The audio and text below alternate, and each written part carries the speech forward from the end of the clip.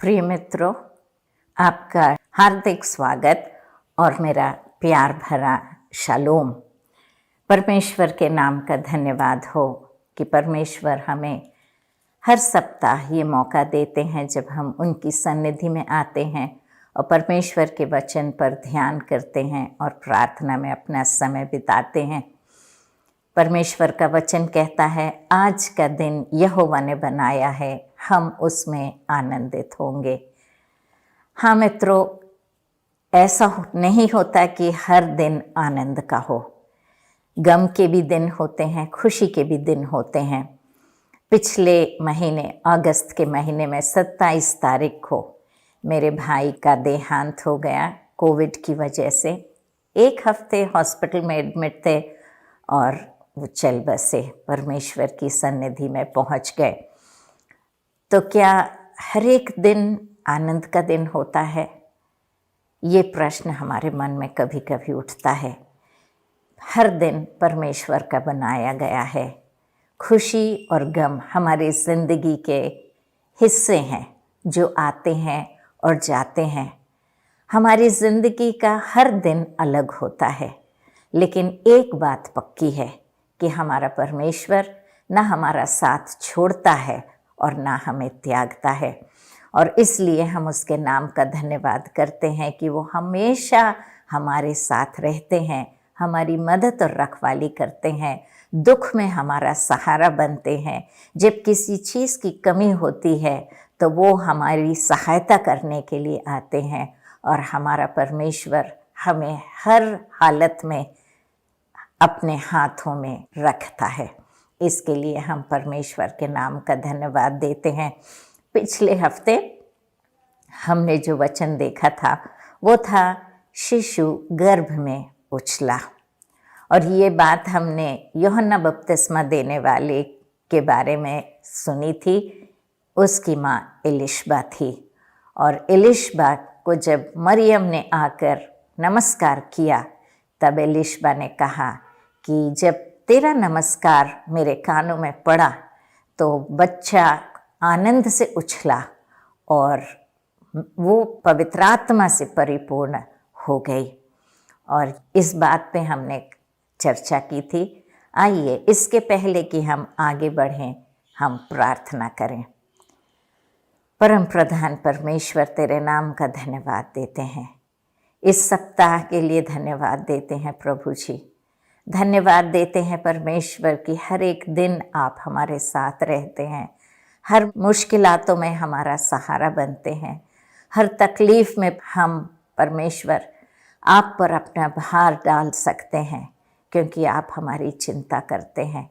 प्रभु जी, आज हम जब आपके वचनों को पढ़ते हैं, हम विनती करते हैं कि आप अपने वचनों को हमें समझाएंगे, हमारी मनोनेत्रों को खोलेंगे ताकि आपके वचन को हम समझ सकें और परमेश्वर उस पर विश्वास कर सकें और उस पर चल सकें।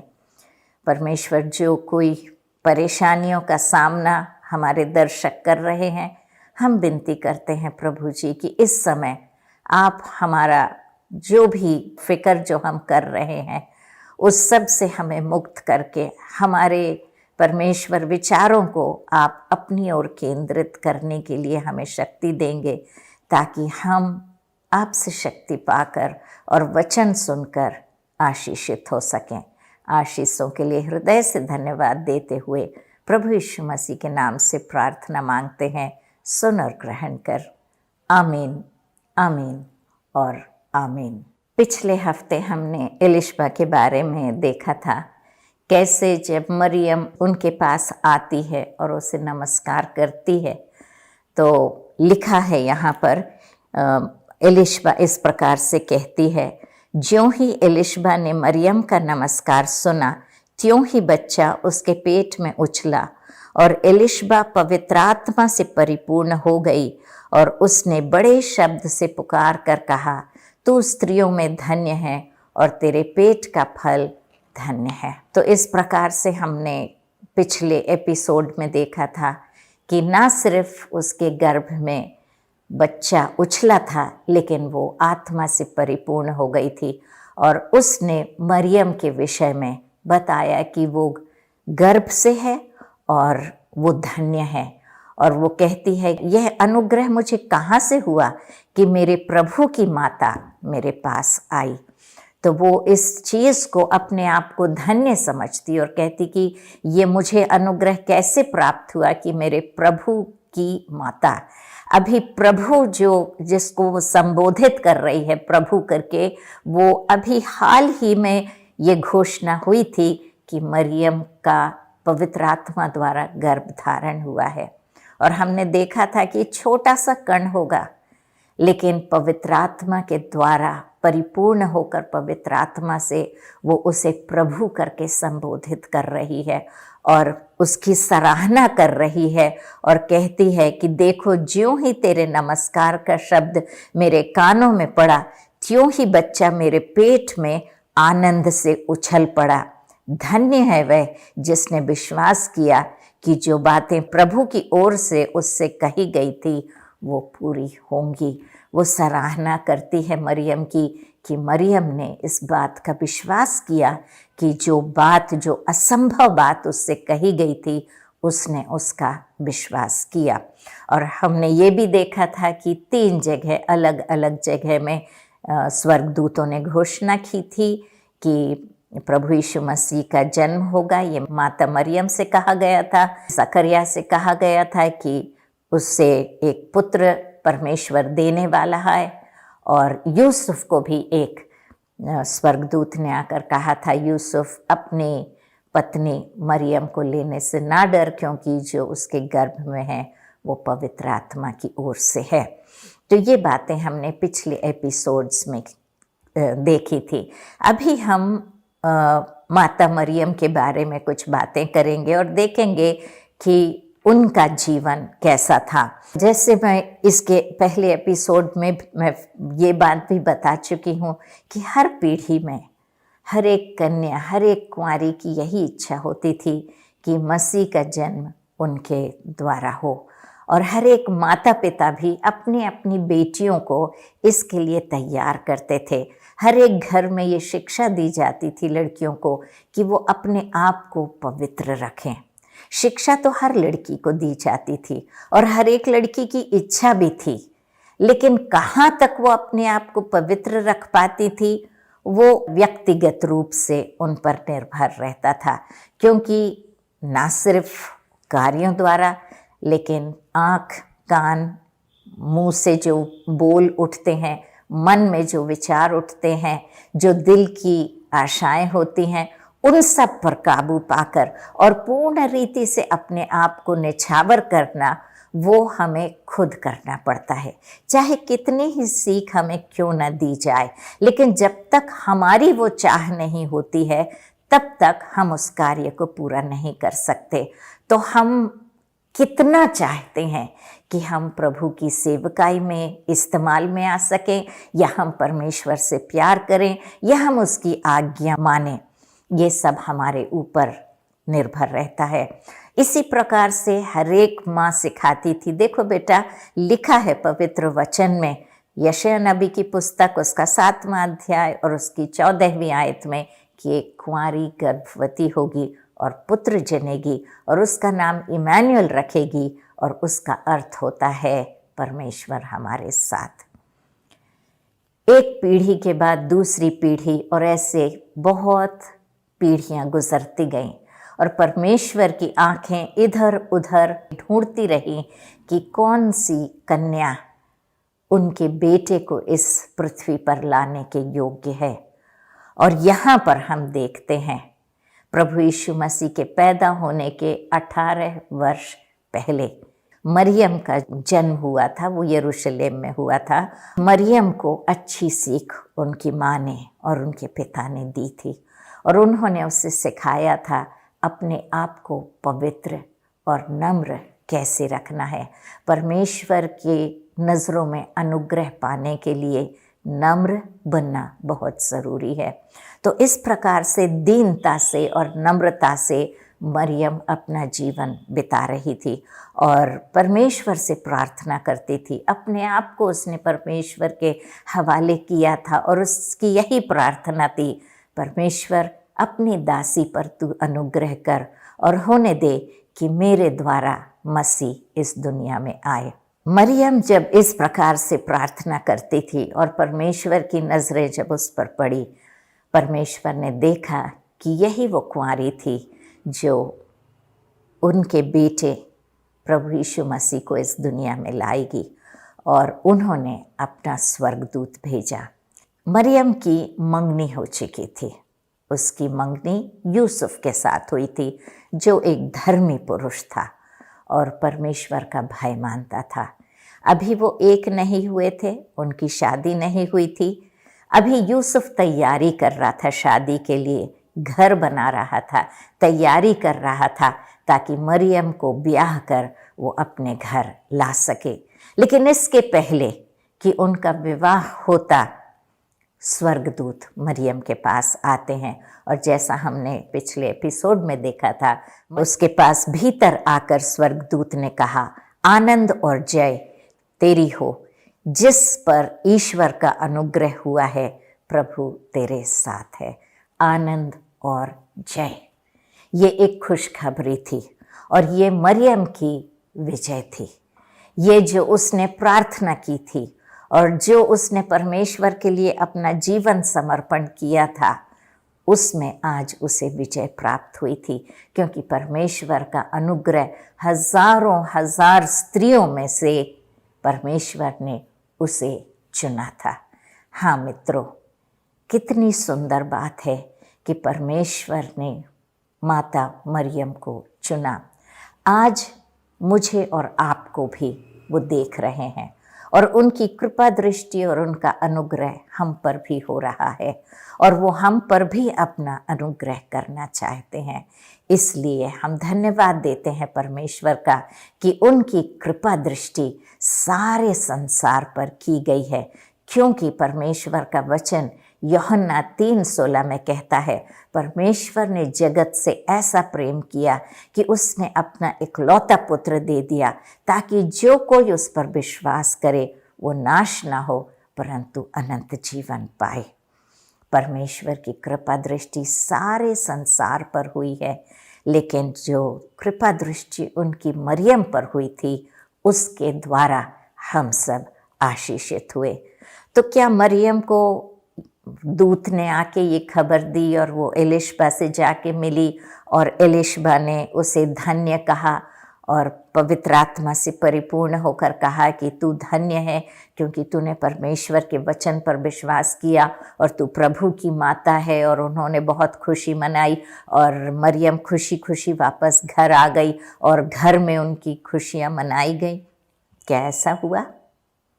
मेरे को नहीं लगता कि ऐसा हुआ होगा, क्योंकि यहाँ जैसे ही उसे स्वर्गदूत ने ये खबर दी कि एलिशबा भी गर्भवती है, लिखा है मरियम तुरंत वहाँ से उठी और एलिशबा से मिलने के लिए चल पड़ी। और एलिशबा 6 महीने गर्भवती थी उस समय, और लिखा है 3 महीने तक मरियम उसके साथ रही, और उसके बाद वो वहाँ से निकल के गई। यहाँ देखते हैं हम कि मरियम लगभग 3 महीने उसके साथ रहकर अपने घर लौट गई। दोनों ने बातें की होगी, क्योंकि दोनों के जीवन में एक अद्भुत काम, एक आश्चर्य कर्म हुआ था। परमेश्वर की स्तुति की होगी, जैसे हमने यहाँ पर देखते हैं, हम 46वीं आयत से लेके 55 आयत तक हम देखते हैं मरियम एक स्तुति का गान गाती है, और वो कहती है, तब मरियम ने कहा, मेरा प्राण प्रभु की बड़ाई करता है, और मेरी आत्मा मेरे उद्धार करने वाले परमेश्वर से आनंदित हुई, क्योंकि उसने अपनी दासी की दीनता पर दृष्टि की है। इसलिए देखो, अब से सब युग युग के लोग मुझे धन्य कहेंगे। लिखा है क्योंकि उसने अपनी दासी की दीनता पर दृष्टि की है। और बाकी और भी वो परमेश्वर की स्तुति करते हुए गीत गाती है। तो मरियम परमेश्वर की स्तुति कर रही है, और दोनों स्तुति और प्रार्थना में अपना समय 3 महीने तक वो लोगों ने गुजारा। और मुझे लगता है कि जब एलिशबा की का प्रसव का समय आया होगा, शायद डिलीवरी तक भी मरियम उसके साथ रही होगी ताकि उसकी मदद कर सके, और उसके बाद वो वहाँ से निकलकर वापस गई। जब मरियम वापस घर जाती है तो 3 महीने गर्भ से है।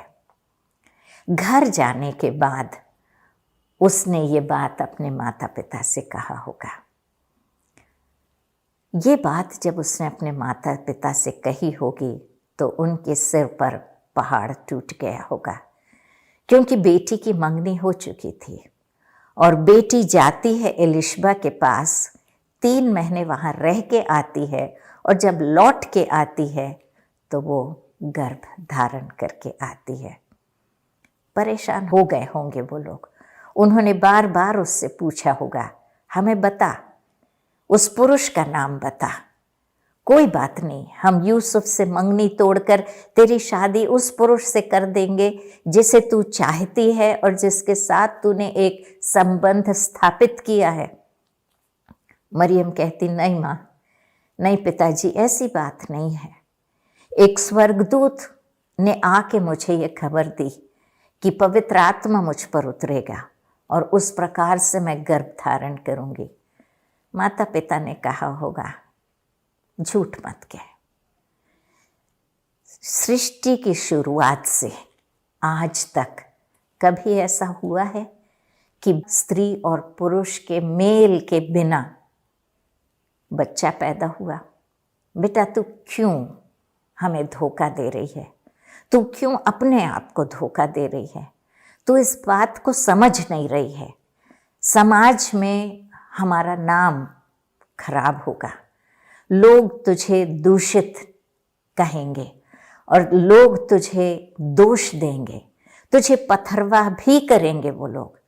तो इस बात को समझ, हमें बता, हम चुपचाप से तेरा विवाह हम कर देंगे। लेकिन मरियम बार बार वही बात कहती रही, मैं झूठ नहीं कह रही हूँ माँ। उन्होंने डांटा होगा, फटकारा होगा, धमकी दी होगी, रिश्तेदारों ने आके उससे सलाह दी होगी, कितने जनों ने उससे बातें की होगी। मरियम रो रो के उनसे बस एक ही बात कहती जा रही थी, मेरा विश्वास करो, जब मैं प्रार्थना कर रही थी तो स्वर्गदूत आया था। वो लोगों ने कहा तू सपना देख रही थी। उसने कहा नहीं, मैं सपना नहीं देख रही थी। उसने मुझसे कहा, मैंने ये पूछा था कि मैं पुरुष को नहीं जानती, मैं कैसे बच्चा उत्पन्न करूंगी। स्वर्गदूत ने मुझसे ये कहा कि पवित्र आत्मा तुझ पर उतरेगी और तू गर्भ धारण करेगी और जो तुझसे उत्पन्न होगा वो पवित्र होगा और परमेश्वर का पुत्र कहलाएगा। आज तक ऐसा नहीं हुआ था, किसी ने उसका विश्वास नहीं किया। सारे रिश्तेदार उसके माता पिता को दोष देने लगे। तुम कहते थे कि तुम्हारी बेटी बहुत भली है, बहुत अच्छी है, उसका चरित्र बहुत अच्छा है, वो कोई गलत काम नहीं करती है, किसी की ओर बुरी नज़रों से नहीं देखती है। अब देखो तुम्हारी बेटी क्या काम करके आई है। 3 महीने एलिशबा के पास रह के आई। एलिशबा से उन्होंने पता करने की कोशिश की होगी। एलिशबा ने भी उनको बताया होगा कि नहीं, जब वो आई थी तब मैं, जब उसका नमस्कार मेरे कानों में पड़ा था, मैं पवित्र आत्मा से भर गई थी, मेरे गर्भ में बच्चा उछला था। उन्होंने कहा दोनों मिलके षड्यंत्र रच रही हैं, पाप को ढांपने की कोशिश कर रही हैं। एलिशबा भी उसकी तरफदारी कर रही है। हाँ मित्रों, कभी कभी जब परमेश्वर हमारे जीवन में कोई कार्य करते हैं और अद्भुत कार्य करते हैं तो हर एक जन उसका विश्वास नहीं करता। लेकिन इसलिए कि हर एक जन उसका विश्वास नहीं करता, हमें निराश नहीं होना है। हमें परमेश्वर के वचन पर डटे रहना है, परमेश्वर की आज्ञाओं पर डटे रहना है। परमेश्वर जो कार्य हमसे कहता है उसे हमें करते रहना है, चाहे सारी दुनिया अपनी उंगली हम पर उठा ले। लेकिन यदि वो परमेश्वर की ओर से है तो ना हम डरें, ना हम घबराएं, चाहे हमारे ऊपर बंदूकें ही क्यों ना तन जाएं, क्या हमारे गले पर तलवार ही क्यों ना रख दी जाए, हम ना डरें, न घबराएं, न पीछे कदम हटाएं। मरियम से हम यही सीखते हैं। अबला स्त्री, कमज़ोर, अकेली थी। सारा समाज उसके विरोध में खड़ा हुआ था। माता पिता भी परेशान हो गए थे।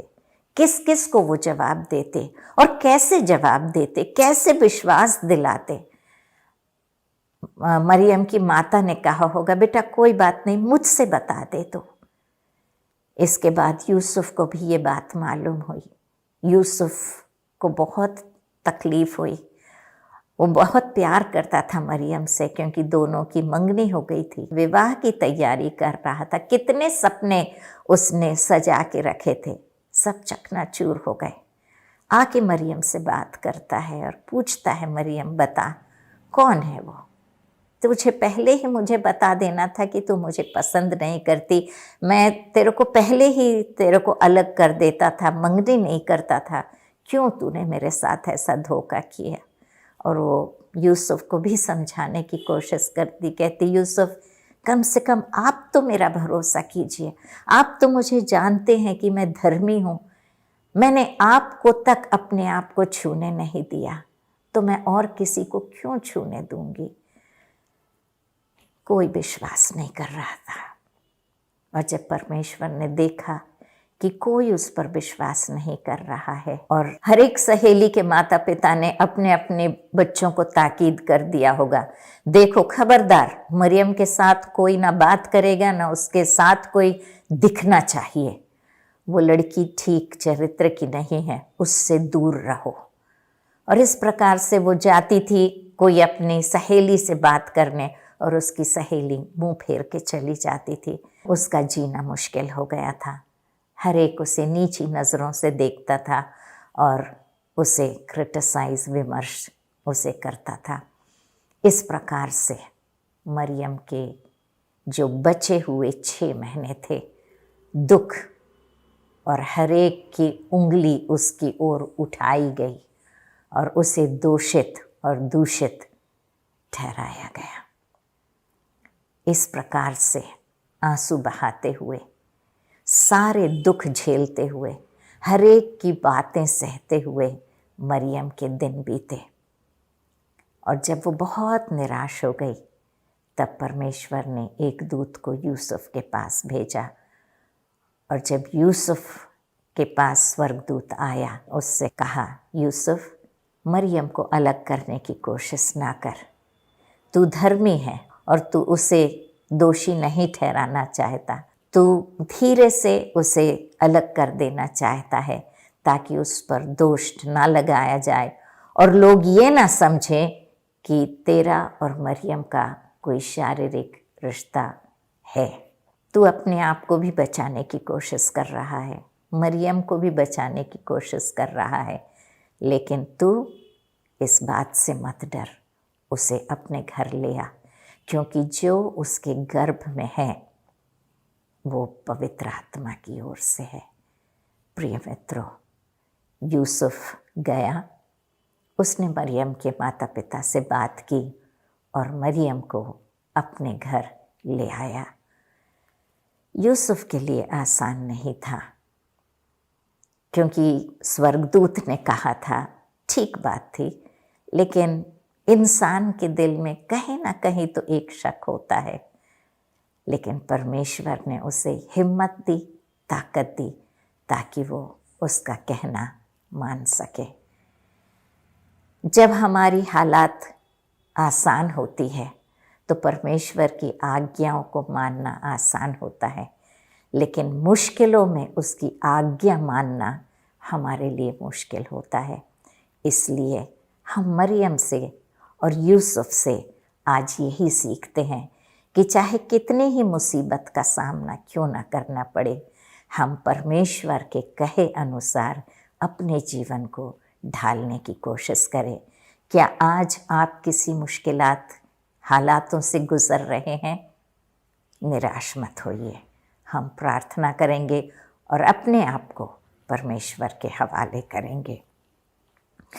परम प्रधान परमेश्वर, तेरे नाम का धन्यवाद करते हैं, धन्यवाद देते हैं प्रभु जी की उन दिनों में जब तेरा जन्म हुआ, तेरी माता मरियम को कितनी मुश्किलातों से गुजरना पड़ा। परमेश्वर पिता, कई उंगलियां उस पर उठी, कईयों ने उसे दोषी ठहराया, नीची नज़रों से देखा। परमेश्वर, कितनों ने तो पत्थरवाह करने की भी बातें की होंगी। माता पिता ने भी परमेश्वर पिता उसके विषय में क्या सोचा, लिखा तो नहीं है, लेकिन माँ बाप के लिए भी ये बात आसान नहीं होती कि उनके बच्चे पर दोष लगाया जाता है, खास तौर पर जब उन्हें मालूम है कि उनके बच्चे निर्दोष हैं।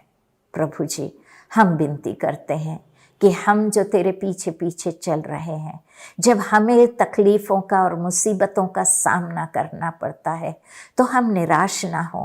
परमेश्वर पिता, हम डरे ना, लेकिन हम हियाव बांधे, डाढ़स बांधे और तेरा हाथ थामे हुए हम आगे चलते चले जाएं, क्योंकि तू वहां से एक रास्ता निकालता है जहां कोई रास्ता नहीं होता। हाँ प्रभु जी, यूसुफ चाहता था कि चुपचाप से उसे त्याग दे, लेकिन तूने उसे वो करने नहीं दिया और उसके लिए स्वर्गदूत को ही क्यों ना भेजना पड़ा, तूने उस कार्य को पूरा किया ताकि मरियम बेसहारा नहीं, लेकिन यूसुफ का सहारा लेकर तेरी आज्ञा का पालन कर सके। प्रभु जी, हम विनती करते हैं कि तू हमारे लिए भी एक सहारा बनेगा, और हम पवित्र आत्मा के लिए धन्यवाद देते हैं जो सदा हमारा सहारा बनती है। हमारा परमेश्वर पिता शक्ति हमें देती है, हियाव और ढाढ़स देती है, ताकि हम तेरे कार्य को अपने जीवन में पूरा कर पाते हैं। हर एक दर्शक और उनके परिवार के लिए प्रार्थना करते हैं। प्रभु जी, हम विनती करते हैं कि हर एक पर अपना हाथ रख, हर एक की दुख तकलीफ़ों से उन्हें मुक्ति दिला। परमेश्वर पिता, अपनी आशीषों से उन्हें परिपूर्ण कर। जो भी कोविड से ग्रसित है, एक एक को छू ले, हर एक बीमारी एक एक को छोड़ कर निकल जाए, चाहे वो कोई भी बीमारी क्यों ना हो। परमेश्वर पिता, उन्हें चंगाई दे। जो परमेश्वर आर्थिक समस्या से गुजर रहे हैं, हम विनती करते हैं तो उन्हें आशीष देगा। परमेश्वर, जिनके रिश्तों में दरार पड़ चुकी है और जो परमेश्वर पिता अलग अलग तरीके से पीड़ित हैं, कितनों की नौकरी चली गई, हर एक का परमेश्वर तू इंतज़ाम करने हारा परमेश्वर है, तू यहोवा यीरे है। हम अपने आप को हर एक दर्शक के परिवार को तेरे हाथ में सौंपते हैं और विनती करते हैं प्रभु जी, तू हमारे साथ होगा, हमारी मदद और रखवाली करेगा और अपनी राह पर चलने की हमें हिम्मत और ताकत देगा। ये प्रार्थना हम प्रभु यीशु मसीह के नाम से मांगते हैं, सुन और ग्रहण कर। आमीन, आमीन।